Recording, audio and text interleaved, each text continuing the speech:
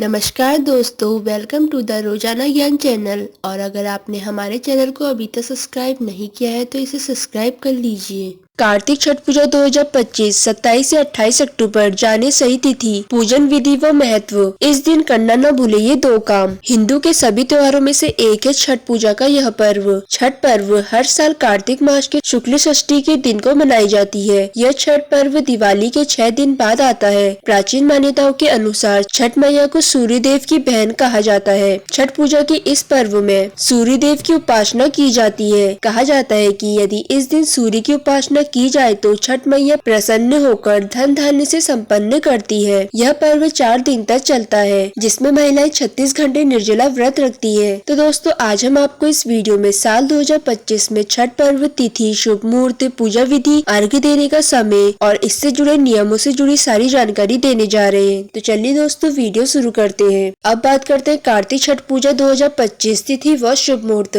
इस साल यानी कि 2025 में कार्तिक मास का छठ पर्व 25 अक्टूबर 2025 से 28 अक्टूबर 2025 के 4 दिन तक चलेगा। षष्ठी तिथि प्रारंभ 27 अक्टूबर सुबह 6:04 से, षष्ठी तिथि समाप्त 28 अक्टूबर सुबह 7:59 तक। नहाय खाए की तिथि होगी 25 अक्टूबर 2025। दूसरा दिन खरना 26 अक्टूबर 2025। डूबते सूरज को अर्घ्य देने का समय 27 अक्टूबर शाम 5:40। उगते सूरज को अर्घ्य और पारण 28 अक्टूबर सुबह 6:30।